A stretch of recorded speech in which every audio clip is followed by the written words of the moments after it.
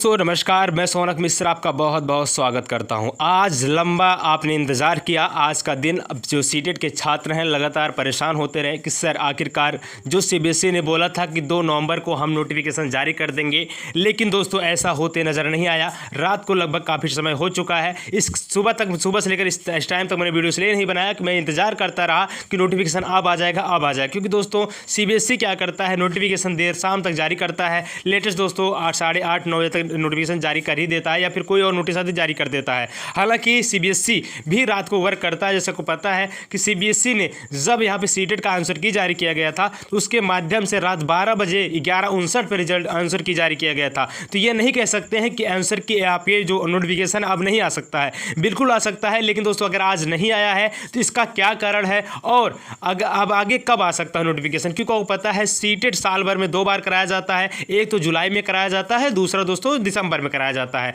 जो कि जुलाई का एग्जाम हो गया है, जो कि 1 महीना डिले हुआ। इसका एग्जाम 20 अगस्त को अभी कराया गया था और रिजल्ट भी आपको हाल फिलहाल में 28 सितंबर तो देखने को मिल गया था। ठीक है, अब आती है सीटेट दिसंबर का जो नोटिफिकेशन है वो कब आ जाएगा, जो कि माननीय जो सीबीएसई इसका जो पूरा सीटेट का कार्यक्रम देखता है, उसके माध्यम से ये नोटिस जारी किया गया था कि हम जो सीटेट का नोटिफिकेशन है ये हम 2 नवंबर को जारी कर देंगे। ऐसा इन्होंने क्यों कहा था? क्योंकि सीटेट का नोटिफिकेशन जारी करने के लिए सारी चीज़ें पर जो होती हैं, चाहे ईसी हो, चाहे ड्राफ्ट हो, चाहे यहाँ पे दोस्तों एनआईसी के पास भेजने हो। ठीक है, एनआईसी के पास सारी चीज़ें भेजी गई थी सीबीएसई के माध्यम से कि नोटिस कि भैया आप ये नोटिफिकेशन जारी कर दीजिएगा। दोस्तों कोई भी चाहे आपके रिजल्ट आते हो, चाहे आंसर की आते हो, चाहे नोटिफिकेशन आते हो, सारी चीज़ एनआईसी के माध्यम से ही अपलोड किया जाता है। ठीक ना, तो ऐसे में जो एनआईसी के पास भेजा गया था, जिसको लेकर के आपके ड्राफ्ट पास हो चुके हैं, ईसी से पास हो चुका है, तो ये सब सारी चीज़ें क्लियर है। बाकी सिर्फ बचा हुआ है नोटिफिकेशन।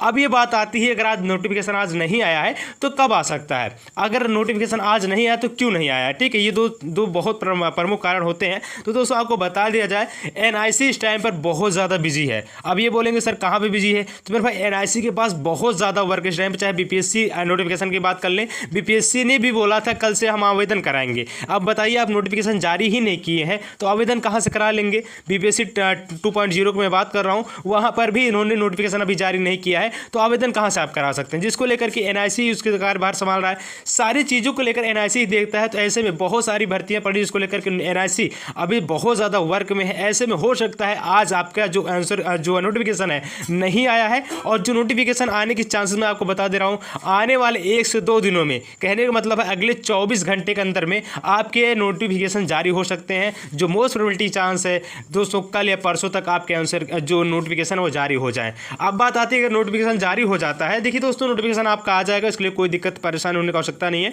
आप लोग अपनी तैयारी करते रहिए। ठीक है, अब बात आ जाती है, अगर नोटिफिकेशन आ जाएगा तो सर आवेदन कब होगा, परीक्षाएं कब कराई जाएंगी, ये परीक्षा ऑनलाइन होगा, ऑफलाइन मोड में, किस मोड में होगा? सबसे पहले आपको बता दिया, जो परीक्षा होगा ये ऑफलाइन मोड में होगा। क्योंकि दोस्तों इस बार 20 अगस्त को भी परीक्षा पहले तो ऑनलाइन मोड में कनेक्ट कराई जाती है, लेकिन उसके बाद में चेंज कर दिया सीबीएसई के बाद में बताया जाता है परीक्षा ऑफलाइन मोड में कराया जाएगा। तो ये दोस्तों तय हो गया है कि इस बार जो सीटेट की परीक्षा है ऑफलाइन मोड में ही कराई जाएगी। दूसरी बात कर लें कि अगर यहाँ पे नोटिफिकेशन आ जाता है तो आवेदन से कब से कराया जाएगा? तो आवेदन मेरे भाई ध्यान रखिएगा, इसी नवंबर माह में 10 से 12 नवंबर के आसपास के आवेदन भी शुरू करा लिए जाएंगे। ठीक है ना, इसी माह में 10 से 12 नवंबर के आसपास आवेदन शुरू करा लिए जाएंगे। साथ बात करें परीक्षाएं कब हो सकती हैं, क्या इसकी परीक्षा दिसंबर लास्ट में होगा या जनवरी में होगा? देखिए दोस्तों, चाहे दिसंबर लास्ट में कर लीजिए, चाहे जनवरी के फर्स्ट वीक में कर लीजिए, क्योंकि दोस्तों अगर ऑफलाइन एग्जाम होगा तो इसकी परीक्षाएं एक ही दिन में कंडक्ट हो जानी है। ठीक ना, चाहे कितने भी अभ्यर्थी एग्जाम दे तो एक ही दिन में सीबीएसई क्या करता है, ऑफलाइन एग्जाम वाले को अभ्यर्थियों की एग्जाम कंडक्ट करा लेता है। तो ऐसे में चाहे बात करें कि हम दिसंबर लास्ट की बात करें, चाहे जनवरी की फर्स्ट वीक की बात करें, अगर बहुत लेट होता है तो जनवरी के फर्स्ट वीक में हो जाएगा। अगर ज़्यादा से ज़्यादा होता है तो आपके दिसंबर के फर्स्ट वीक लास्ट वीक में आपके एग्जाम कंडक्ट हो जाएंगे। बाकी बात आती है कौन से अभ्यर्थी आवेदन कर पाएंगे, कौन से अभ्यर्थी आवेदन नहीं कर पाएंगे, तो जिसको भी आप लोग दिमाग से निकाल दीजिए। अगर आप डीएलएड के अपियरिंग छात्र हैं तब भी आप लोग आवेदन कर सकते हैं, कोई दिक्कत नहीं होने वाली है। जो भी छात्र अपियरिंग के हैं वो भी सीटेट में आवेदन कर सकते हैं। रही बात बीएड के अभ्यर्थी 1 to 5 में आवेदन कर पाएंगे अथवा नहीं कर पाएंगे, जिसको लेकर बहुत सारे छात्र पूछ भी रहे हैं। मेरे भाई ध्यान रखिएगा, यहाँ पे माननीय सुप्रीम कोर्ट का फैसला 11 अगस्त 2023 को आता है, तो उसमें बोलते हैं कि 1 to 5 के जो छात्र हैं वो अब बीएड के छात्र 1 to 5 में एलिजिबल नहीं रहेंगे। तो ऐसे में बहुत ज़्यादा चांसेस है कि 1 to 5 में बीएड के छात्रों को आवेदन करने का मौका न मिले। बाकी सारी चीज़ें नोटिफिकेशन आने के बाद क्लियर हो जाएंगी। मैं आपको सारा अपडेट चैनल के माध्यम से प्रोवाइड करता रहूँगा। इसको लेकर आप चैनल को सब्सक्राइब जोड़ लीजिएगा। बाकी जो भी अपडेट आएगी मैं चैनल के माध्यम से बताऊँगा, इसलिए टेलीग्राम व्हाट्सअप ग्रुप आप जरूर फॉलो करिएगा और चैनल को सब्सक्राइब करना बिल्कुल भी ना भूलिएगा। बाकी जो भी अपडेट आएगी दोस्तों चैनल के माध्यम से बताया जाएगा। धन्यवाद। जय हिंद, वंदे मातरम।